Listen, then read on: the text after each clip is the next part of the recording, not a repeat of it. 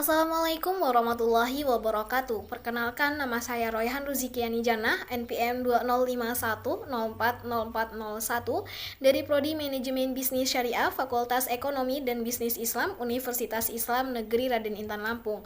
Di sini saya akan memenuhi salah satu tugas dari ujian akhir semester mata kuliah Green Economy and Trade, yaitu mengenai sumber daya alam yang dapat diperbarui. Sumber daya alam yang dapat diperbarui merupakan jenis sumber daya yang tersedia di alam atau bisa diolah langsung oleh manusia.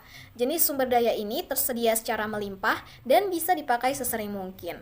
Meskipun demikian, bukan berarti penggunaannya bisa berlebihan. Penggunaan harus sesuai dengan kebutuhan dan bisa dipertanggungjawabkan. Artinya, pengguna juga harus tahu cara bagaimana untuk mengelolanya kembali. Adapun jenis dari sumber daya alam yang dapat diperbarui ini terbagi menjadi dua, yaitu sumber daya alam hayati dan sumber daya alam non-hayati.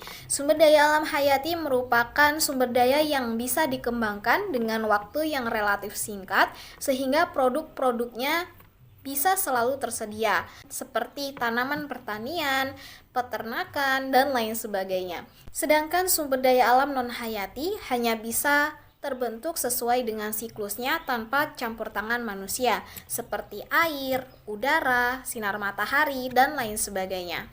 Adapun sifat dari sumber daya alam yang dapat diperbarui ini antara lain yaitu kekal dan selalu tersedia di alam, dapat digunakan secara terus-menerus, waktu pembaruannya relatif singkat, dapat dikelola langsung oleh manusia, dan bisa didapatkan dengan harga yang relatif murah, bahkan gratis seperti udara, air, dan lain sebagainya.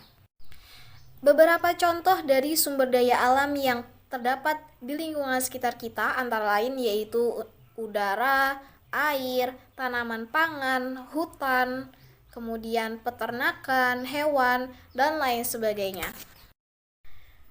Adapun kerusakan-kerusakan sumber daya alam di dalam ekosistem alam terjadi terutama karena kekeliruan pengelolaannya, sehingga mengalami kerusakan yang disebabkan terjadinya perubahan besar yang mengarah kepada pembangunan ekonomi yang tidak berkelanjutan. Selain itu juga, kurangnya sumber daya manusia dalam pengelolaan sumber daya alam secara baik dan kurangnya pemahaman masyarakat akan pentingnya sumber daya alam di masa mendatang, yang sehingganya masih banyak manusia yang menggunakan dan memanfaatkan sumber daya alam ini secara berlebihan sehingga mengakibatkan kerusakan alam. Salah satu metode yang dapat menanggulangi masalah-masalah yang terjadi di dalam sumber daya alam ini antara lain yaitu dengan pemberdayaan masyarakat lokal. Metode ini dapat dilakukan dengan memberikan pemahaman-pemahaman terhadap sumber daya alam ini kepada masyarakat lokal untuk membangun kesadaran publik melalui pengembangan kurikulum. Yang mana hal ini dapat memberikan pengetahuan yang komprehensif kepada masyarakat mengenai pentingnya pelindungan lingkungan, eksploitasi sumber daya alam, eksternalitas, dan bagaimana mendapatkan kompensasi dari eksternalitas dengan cara yang benar. Nah, jika masyarakat ini sudah melek, sudah sadar akan isu-isu tersebut, maka bisa meningkatkan transparansi pengelolaan sumber daya alam sehingga masalah-masalah yang terjadi bisa teratasi.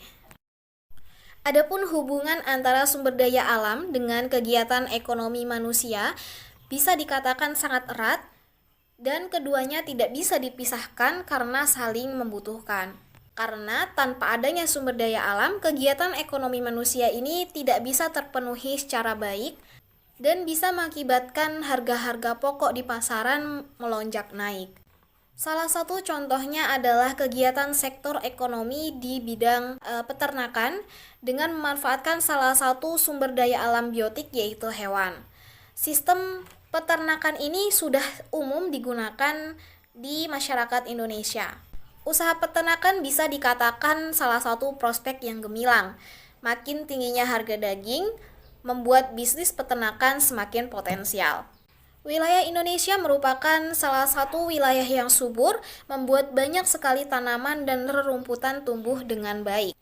Sehingga pakan-pakan untuk peternakan ini bisa didapatkan dengan mudah. Sedangkan limbah dari ternak sendiri berupa kotoran hewan itu bisa dimanfaatkan kembali untuk membuat pupuk organik sehingga sangat berguna untuk pertumbuhan semua jenis tanaman. Sehingga usaha peternakan ini bisa berintegrasi dengan usaha pertanian karena ternak membutuhkan rumput, rumput membutuhkan pupuk. Sehingga disitulah timbul simbiosis mutualisme saling untung menguntungkan. Demikianlah presentasi dari saya, ada kurang lebihnya saya mohon maaf. Terima kasih atas perhatiannya. Wabillahi taufiq wal hidayah. Wassalamualaikum warahmatullahi wabarakatuh.